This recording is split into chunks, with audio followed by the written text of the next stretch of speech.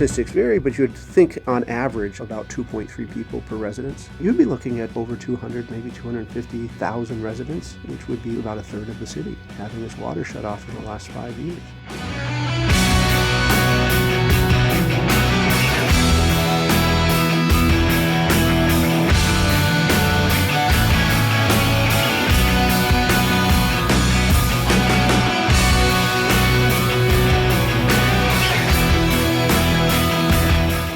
In 2018, we can't even provide the basics, which is access to water. You've got people that have been living in their homes for 3, 4, 5 years or more without running water.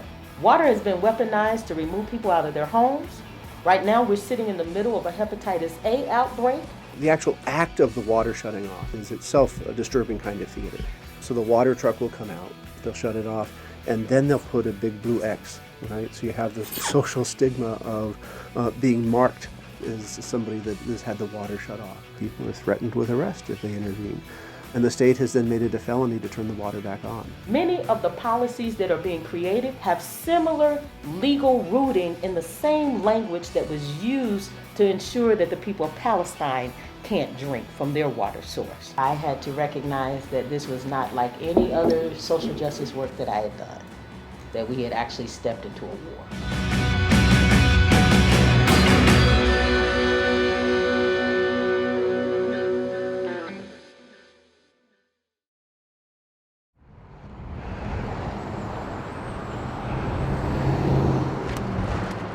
We're in Brightmoor, less than 15 miles from downtown Detroit. It's one of the most disinherited, disenfranchised communities. Take care, Ms. Bucho. You're welcome. Bye-bye. Take care, Mr. Bye-bye. You're welcome. We are a client choice pantry where people come in and shop. They get the opportunity to pick their own foods versus being handed a package. And this affords more dignity to our families because nobody wants to be in a food pantry. We see about 1,700 folks a month, and over half water is shut off. Most of my clients work 2 jobs. You cannot afford the water. They used to bill every 3 months for water, and it was like $34 a month for the 3-month period. And now they went to the once a month billing, and it's almost $100 a month. And my water's been off since July of last year. I get water from my neighbor, and then I have a gym membership, and so I go to the gym and shower and things like that. They want to put the meter in, and they can't replace the meter until they replace that valve. They say it's my equipment, and I have to get it replaced. I can't afford to replace that valve, and if I don't have the new meter, I can't have water.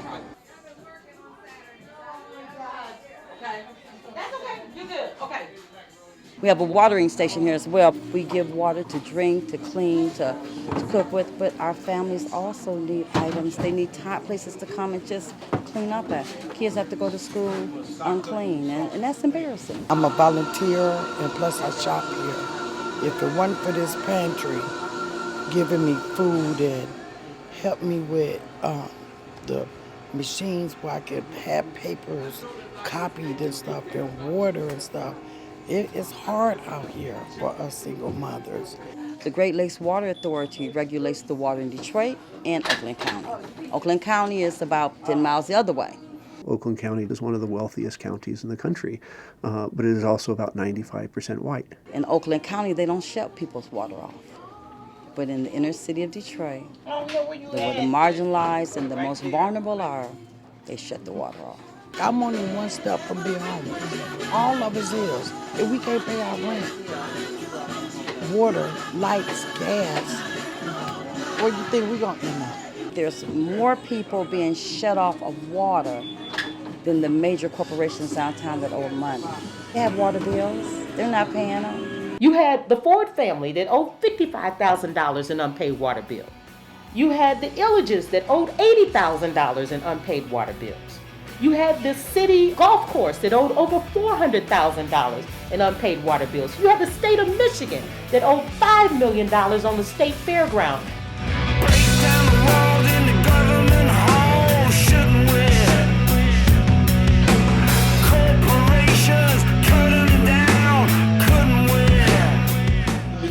2014, I started noticing that my bill was spiking, $250 a month. I contacted the water department and they told me I had to hire a personal plumber. He had to dig up my front yard.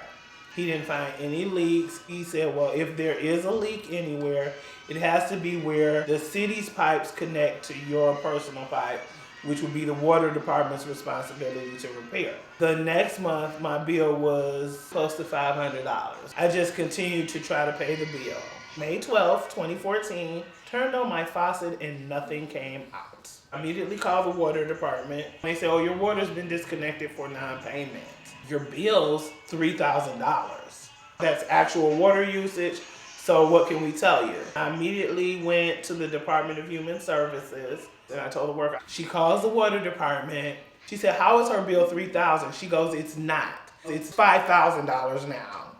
This is 4.5 hours since you cut my water off and it's went from 3 to 5. My daughter was 7 at the time and she's sitting there and she looks at us and she goes, I do have to inform you that not having water is grounds for removal of your children from your home. And my daughter just burst out crying because all she heard was removal and kids. If you don't have water on, you lose your kids, you're going to jail. The families lose their children because by law you can't be in a house with children without running water. I have had so many clients who've been arrested over the weekend and then they can't get out and they lose their jobs. You can't get a job if you're a convicted felon. You can't get food stamps and you cannot get housing. So they won't get their children back. I was thinking I have to get these kids out the house. So I called my aunt. She told me, she says, don't worry about it. I'll pick them up from school. I got this. At 1:30 in the morning, I hear a knock on my door and it's the police officers. And they have my 7-year-old. She wanted to be at home with me. And she had literally waited till my aunt fell asleep, opened her door and walked out her house. Walking down a main thoroughfare, a lot of criminal elements, anything could have happened. And then of course the other two are like, well, if she comes home, we get to come home too. And I'm thinking like, I have 3 kids in this house with no running water. My water was cut off for 2 months. I just kept fighting. I got my water restored on a budget plan where I had to pay $150 in addition to my bill every month, which they never straightened out the issue of why I was getting large bills. So I went right back to paying $150 a month and getting bills that were $200 and $300 a month.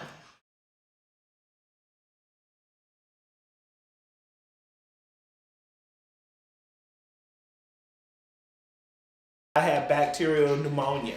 I was in the hospital for 16 or 17 days. I'm gonna have some type of lung issues for the rest of my life due to that. My lawyers and some of the other activists went down there and paid. They had to pay like $700 to get my water turned back on again. And I had to file bankruptcy to get rid of the $5,000 water bill. I hear people say oftentimes, well, if they just would pay their bills, or people would just not waste their money. But water is more expensive now than housing. People will say, well, call and make an agreement with them. You have to have 1/3 of the bill. No one can do that and pay rent and gas and child to have food and live. That's impossible. When you don't have water, you just realize how dirty your house can get and how smelly your house can get. You can't cook, you can't wash up, you can't clean a home, kids can't bathe. If you're sick, if you got any type of illnesses, then you got staph infections. If it happens in the summer, now you have to worry about your children becoming severely dehydrated very quickly because it's hot. You literally try to avoid flushing the toilet as long as you can. So now you're sitting with human waste in an open toilet. Sanitation workers here are required to take a hepatitis A shot because when they're picking up the garbage here, after kids go to the bathroom here, they have to put it somewhere, so they dump it in the garbage. And the funny part about it is Detroit is surrounded by water. Nobody should be without clean water. Bring down the shame on those who cause pain to the people. School all the fools and make them break rules, show we're equal. If you go a year without being able to pay that water bill, or you have a debt owed to the water department, they roll it over onto your property taxes for your home, which makes them go up. So if you're not able to pay your property taxes in full, that gives them the right to foreclose on your home and take it from you. That's how the plan of gentrification works. In 2015, the vast majority of houses that were driven into foreclosure were not driven into foreclosure because of property taxes. It was because of unaffordable water. They are intentionally denying services to ensure that people shift out of certain neighborhoods so that then I don't have to compensate you for your property because I didn't take it, you left it. So then when you leave it, then I can devalue it to $1,000, take it and take federal dollars and upgrade it, put 20 or 30,000 in it, and then I'm going to sell it to the next person for 150,000. We the people mapped the hardest hit water shut off areas, the hardest hit foreclosed areas, and the maps almost overlap perfectly. So they're definitely targeting certain areas and communities. There used to be a house right here. That was the driveway. And then it was the house right next to it. This house was taken by the city and foreclosed on. That house was taken by the city and foreclosed on. 2014, maybe 2015, they both got demolished. This one over here is the one that the elderly gentleman stayed in. He had one of those water bills similar to mine where it was so large that even with help from agencies, he couldn't afford to pay it. As you can see, they didn't even fully demolish the house. They just kind of broke it down, which is not only an eyesore, but a hazard because a child could fall over in there. They didn't even put fencing around it when they were demolishing it. They don't care. I guess they'll clean it up when they decide what they want to do with this neighborhood after, they gentrify it completely. Most people of color, especially African Americans, black people, their wealth was in their home, in their mortgage, in their equity in their home. We've had people that have literally bought their homes as young adults and had their homes for 30 years and they've taken it from them. Up till 1997, you had the highest home ownership per capita in this city. That meant that people for generations had paid light bills, water bills, taxes, investments. It's all about the land. You want the land, you want the houses. So you eliminate inherited wealth. Then they target the schools. We have so many school closings and they have another 17 to 20 schools slated to be closed.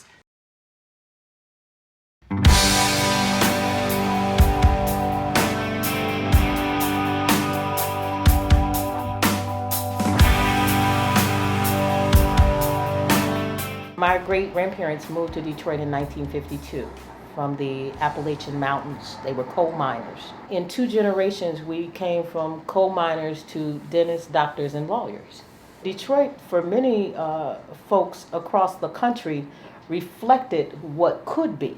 It presented promise. It presented hope. My elders talk about Detroit as the city of dreams, that people came from the South to find a dream, to find a job, to find a better life, to escape indentured servitude, to escape slavery, to escape the violence, in my family's case, of the Mexican Revolution and the land grabs in Texas. It was a place of racial tension. It was a place that in 1967 saw one of the nation's largest rebellions and white flight.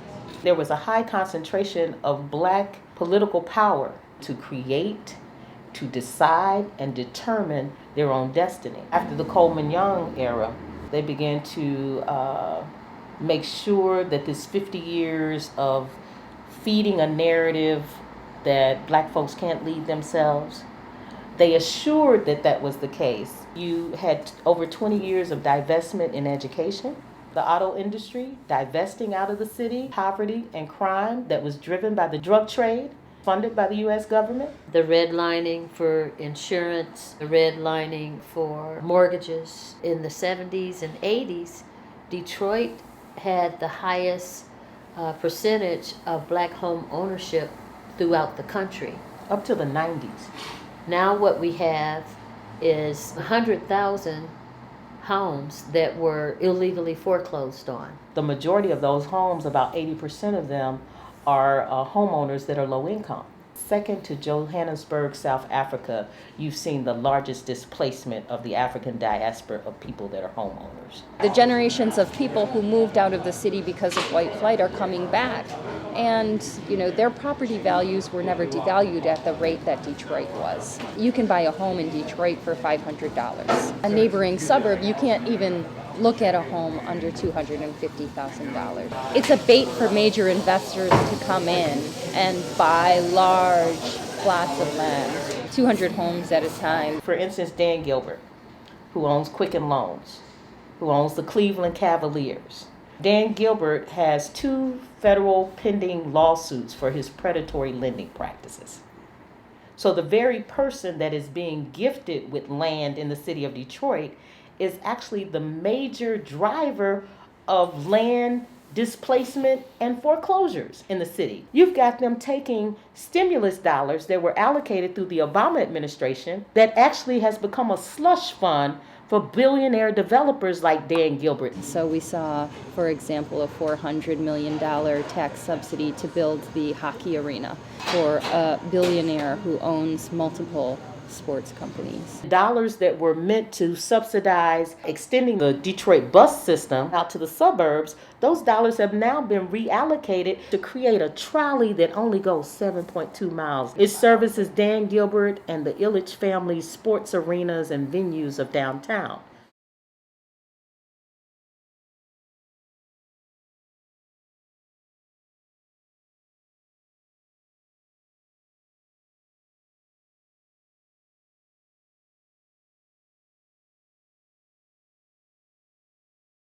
You weren't supposed to be able to enter into a bankruptcy if the state or any vendor owed the city money. The state of Michigan owed the city of Detroit about $2.2 billion. They should have paid. If the legal construct of bankruptcy had been fairly and equitably applied to Detroit, even in a financial downturn, Detroit would have been in the black. We had the ability to negotiate the health care for the city of Detroit's employees. Blue Cross Blue Shield was charging the city $300 million for employees' health care. We had 5 national insurance companies that were willing to provide the same exact care for $100 million.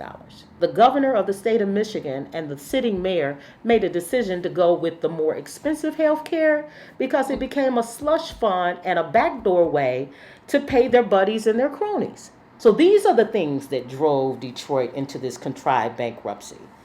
The biggest asset and the biggest debt that Detroit had was on its water. You had the ability to actually renegotiate the debt, the bond debt that cost us to build out the infrastructure. We could have renegotiated that debt and reduced it by 2/3.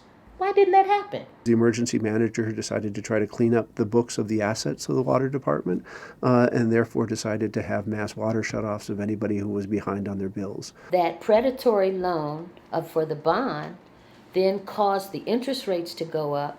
And so now over 50% of the revenues that are generated for payment go towards paying the banks back. Judge Rhodes, who presided over the bankruptcy, left the water department out of the bankruptcy. That was the opportunity to reduce the debt. They conveniently cut that out of the bankruptcy.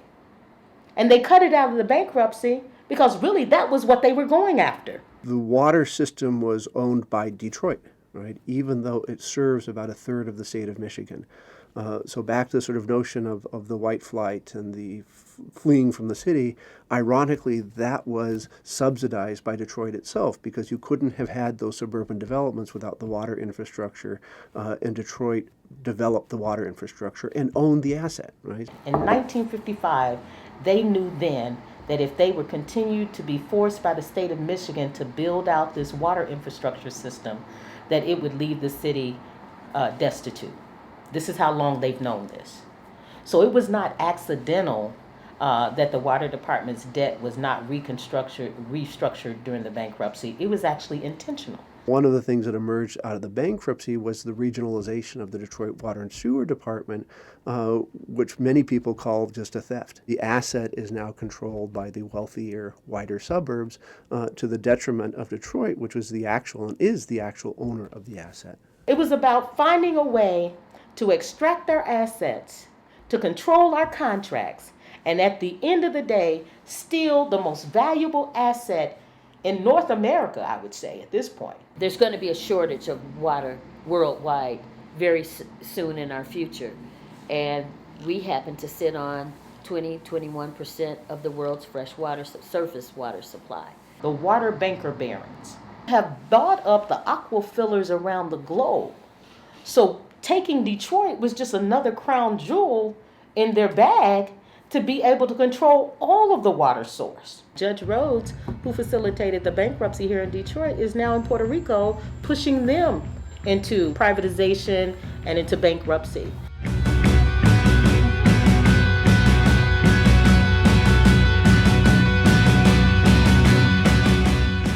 Flint had water. They'd had water from Detroit for 40 years. And the bright idea from somebody was to come and have a new water source. The emergency management got that approved. And then while they were raising hundreds of millions of dollars for the pipeline, they were not raising any external money to improve the water treatment plant.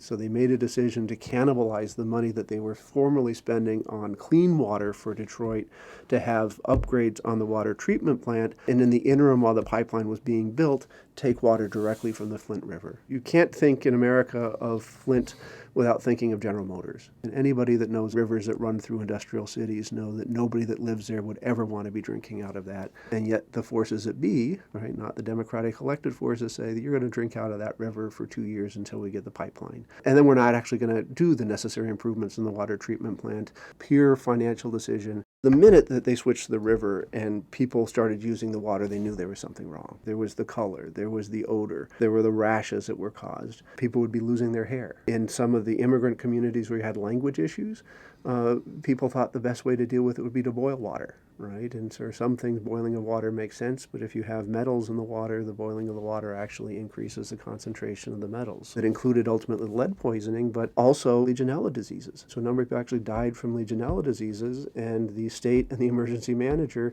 suppressed that outbreak. Because these complaints are coming from poor citizens, white as well as people of color, it didn't matter. It took the scientific effort to document lead in the water that would violate EPA standards to say, oh, we now have a serious problem. People collecting the water samples themselves and having them tested at university facilities. There has been no real justice. The entire city has been poisoned. The lead damage is, especially for children, irreparable. Permanent neurological damage. They have now a clean source of water. They've gone back to the Detroit Water and Sewer Department. The problem, however, is that all of that corrosion in an already aged infrastructure destroyed the plumbing inside the house. And there's nobody trying to raise money or take ownership of that problem. You're having people there really stuck because they can't sell their houses even if they wanted to leave. Emergency managers were controlling both cities when all these decisions were made. And these emergency managers were being directed by the governor. And most of the time, they were black men who were the emergency managers. So it's that old plantation oversight from the slavery days. It's that old plantation oversight construct. A major part of why Detroit and Flint were moved toward these regionalized, eventually privatized systems around water is because it was a way to force the people of Flint to subsidize the Carragandi Water Authority that they never intended the people of Flint to be able to access. But it's actually creating a raw water source for the governor and his cronies once they're out of office to be able to initiate a fracking business. So it becomes their water source to frack. Break down the walls in the government halls, shouldn't we? Corporations cut them down, couldn't we? We allow them to silo us into just a racialized fight, then we'll lose. Our fight is not just about black folks being able to drink. Our position is that all living things have a right to drink. For 3.5 years, we have been the hub, one of the continuous hubs of the city, and probably one of the only hubs that provides delivered water door to door. We have water stations where people can get emergency water relief. There's one downstairs here. There's an activist by the name of Valerie Jean. In 2014, there was an apartment building with 44 units that was shut off from water for 2 weeks. First water station. There were people trapped in those buildings in wheelchairs and bedridden, mothers with children. and they had no way to get water. Anybody that's ever lifted a jug of water, a gallon of water weighs 8.7 pounds. And Valerie Jean, who was struggling with her own foreclosure, who has 6 children of her own, she and her husband, they opened up their home and they allowed us to bring pallets of water and stack their yard. They made huge communal pots of food, and I'm saying this went on for weeks. There was no response from Red Cross. There was no response from church community or religious community, no response from government. It was only the people. And what they organized out of that is that the very young men that many times in this culture and in this country, young black men that are demonized and marginalized and used as an scapegoat and freely hunted and shot and killed for sport in this country, were the only people that we could get to walk all of those flights of stairs to take water relief to the citizens, to take food.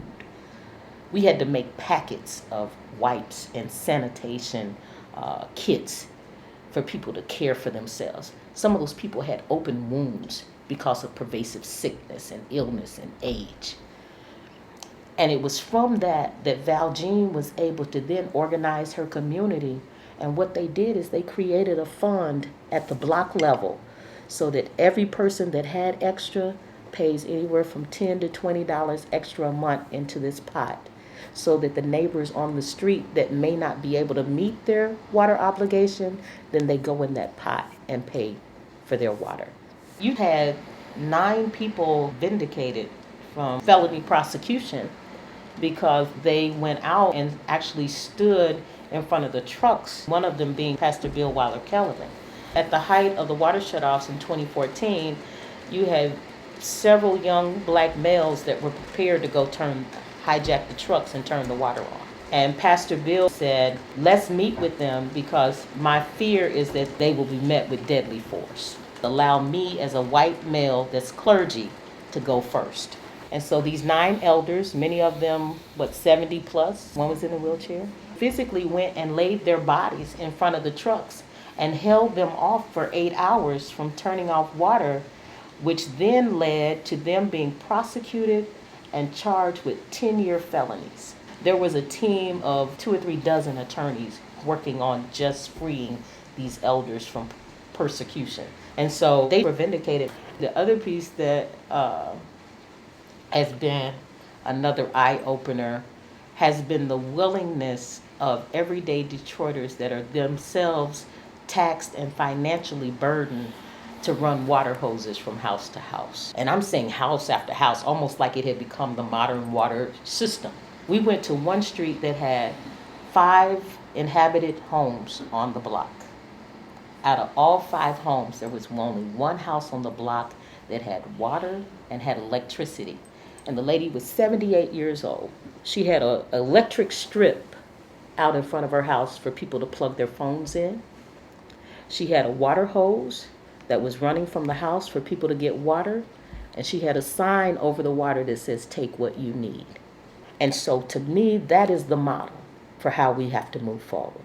Centered in community, centered in not an individualistic mindset, but in the collective. All must eat. All must drink.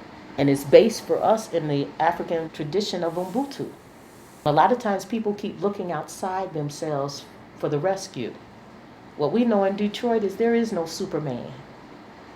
Batman's not coming. Wonder Woman won't be lassoing in.